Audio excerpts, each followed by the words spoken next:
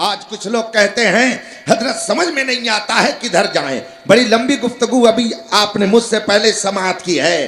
سمجھ میں نہیں آتا کدھر جائیں. یہ بھی قرآن پڑھتے ہیں وہ بھی قرآن پڑھتے ہیں, یہ بھی کلمہ پڑھتے ہیں وہ بھی کلمہ پڑھتے ہیں. یہ فریب نفس ہے, نفس کا دھوکہ ہے جو آپ کہتے ہیں کہ ہم کو سمجھ میں نہیں آتا ہے. یہ اسٹیج لگا ہوا ہے, پیچھے چاندنی ہے, اس کے پیچھے کیا ہے نہ آپ دیکھ رہے ہیں نہ میں دیکھ رہا ہوں, ہے نا حضرت. لیکن اگر میاؤں میاؤں کی آواز پیچھے سے آ جائے اور میں آپ سے پوچھوں کہ بتائیے پیچھے کیا ہے, تو آپ کیا جواب دیں گے؟ کیا جواب دیں گے؟ کیا ہے؟ بلی ہے. حالانکہ آپ نے دیکھا نہیں, دیکھا نہیں, مگر آپ نے کیا کہہ دیا؟ بلی ہے. میاؤں میاؤں کی آواز آئی تو آپ نے کہہ دیا بلی ہے. بھوں بھوں کی آواز آئی تو کہہ دیا آپ نے کتا ہے. مرغ بولے تو آپ کہیں گے مرغ ہے. آپ نے مرغ دیکھا نہیں, اس کی آواز کو سنا تو آپ نے پہچان لیا. آپ نے گدھے کو دیکھا نہیں مگر اس کی آواز کو سن کر کے آپ نے پہچان لیا. آپ نے بلی کو دیکھا نہیں مگر اس کی آواز کو سن کر کے آپ نے اس کی حقیقت کو پہچان لیا. مجھے بتایا جائے جب آپ کے پاس اتنا شعور ہے, آپ کے پاس اتنی عقل ہے, آپ کے پاس اتنی سمجھ ہے کہ آپ نے آواز سن کر کے حقیقت کا پتہ لگا لیا, تو اگر انسانوں میں آوازیں الگ الگ نکلیں تو کیوں نہیں آپ پتہ لگاتے ہیں کہ یہ کون ہے؟ جب ربیع الاول شریف کا مہینہ آتا ہے تو ایک آواز آتی ہے کہ یہ تو شرک اور بدعت ہے, میلاد کرنا حدیث سے ثابت نہیں ہے, اور دوسری آواز آتی ہے مثل فارس زلزلے ہو نجد میں ذکر آیات بلاغت کیجئے. ایک طرف سے آواز آتی ہے نبی مر کر مٹی میں مل گئے وہ کچھ نہیں دے سکتے ہیں, مگر دوسری طرف سے آواز آتی ہے تو زندہ ہے واللہ, تو زندہ ہے واللہ میری چشم عالم سے چھپ جانے والے.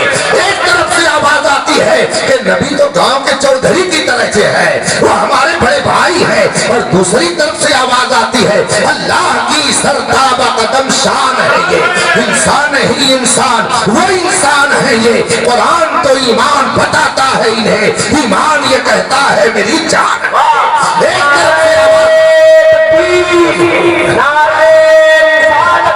طرف سے آواز یہ آتی ہے کہ نبی کچھ نہیں دے سکتے ہیں, مگر دوسری طرف سے آواز آتی ہے کون دیتا ہے, دینے کو منہ چاہیے, دینے والا ہے سچا ہمارا نبی. ایک طرف سے آواز آتی ہے یا رسول اللہ کہنا شرک ہے, اور دوسری طرف سے آواز آتی ہے غیظ میں جل جائیں بے دینوں کے دل, یا رسول اللہ کی کثرت کیجئے. ایک طرف سے آواز آتی ہے جس کا نام محمد یا علی ہے وہ کسی چیز کا مالک و مختار نہیں ہے, اور دوسری طرف سے آواز آتی ہے نبی مختار کل ہے, جس کو جو چاہے عطا کر دے, زمین کو آسماں کر دے, سریا کو سرا کر دے. آواز آتی ہے میں تو مالک ہی کہوں گا کہ وہ مالک کے حبیب یعنی محبوب و محب میں نہیں میرا تیرا. ایک طرف سے یہ آواز آتی ہے کہ تم نبی کو بس اتنا علم تھوڑا سا مانو, زیادہ علم نبی کو مانو گے تو شرک ہو جائے گا. غیب کے بارے میں ابھی تفصیل آپ سن چکے ہیں. آواز آتی ہے نبی کو تو پیٹھ پیچھے کی بھی خبر نہیں ہے, اور دوسری طرف سے آواز آتی ہے اور کوئی غیب کیا تم سے نہا ہو بھلا, جب نہ خدا ہی چھپا تم پہ قرار ہو. اگر آپ مرغ کی آواز کو سن کر کے اس کی حقیقت تک پہنچ جاتے ہیں, بلی کو بغیر دیکھے ہوئے اس کی آواز کو سن کر کے بلی کی حقیقت کو سمجھ جاتے ہیں, تو ان دونوں آوازوں کو سن کر کے بھی آپ کو حقیقت تک پہنچ جانا چاہیے کہ ایک غدار مصطفیٰ کی آواز ہے اور ایک وفادار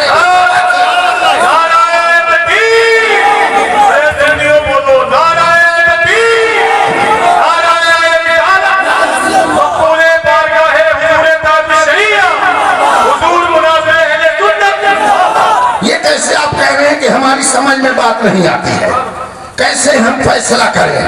آپ اگر جانوروں کی آواز کو سن کر کے ان کی حقیقت کو سمجھ جا رہے ہیں تو چلتے پھرتے ان جانوروں کی آواز کو سن کر کے بھی حقیقت کو سمجھ جانا چاہیے.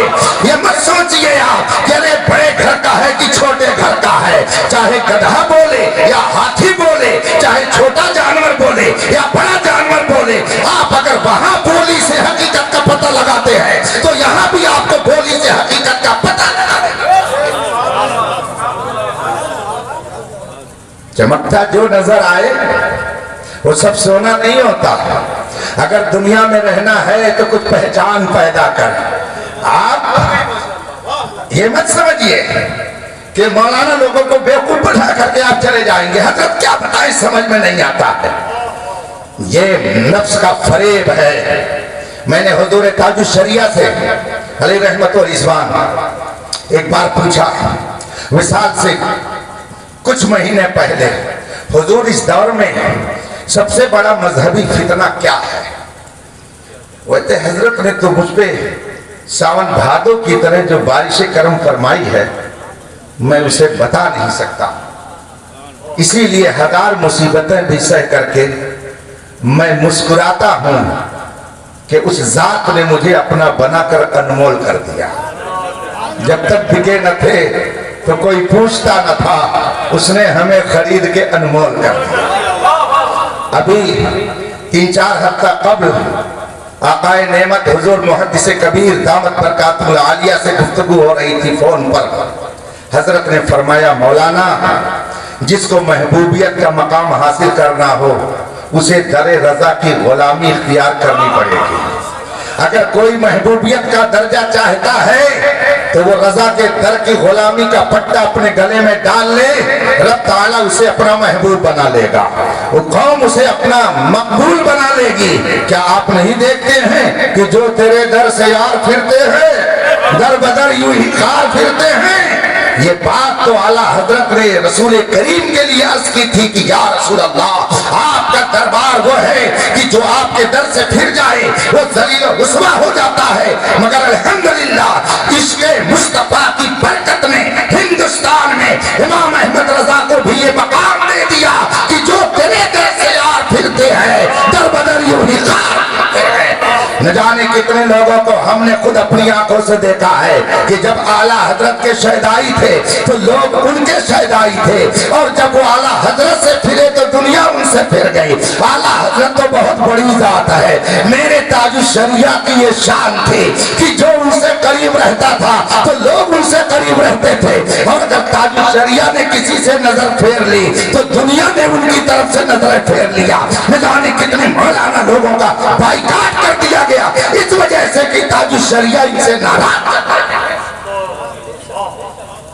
میں نے پوچھا، جب ہمارے یو پی میں جو اس وقت حالات ہیں، اس سے پہلے جو حالات پیدا ہوئے، تو میں نے حضور تاج الشریعہ سے عرض کیا، حضور ہم لوگ چلتے ہیں تو جملے سنائے جاتے ہیں، ہم لوگ چلتے ہیں تو بھپتیاں کسی جاتی ہیں، بدتمیزی کے جملے بولے جاتے ہیں، دماغ بہت خراب ہو گیا لوگوں کا۔